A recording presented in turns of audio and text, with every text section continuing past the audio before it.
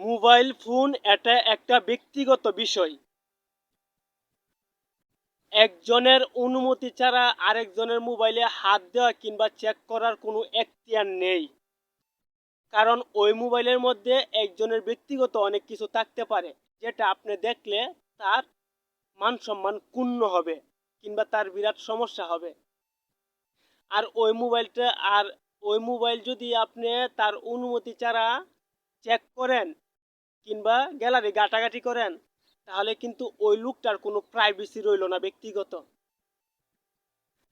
আমাদের মধ্যে অনেকে দেখা যায় যে একজনের মোবাইল আরেকজনে কি করে নিয়ে চেক করা শুরু করে দেয়।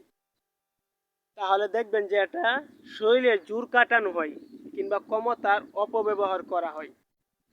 আবার অনেকে এটাকে রাজনৈতিক মনে করবেন না, রাজনৈতিক প্রশ্ন না, আমাদের চলাকালীন জীবনের মধ্যে এগুলা কিন্তু প্রতিনিয়ত হইতেছে।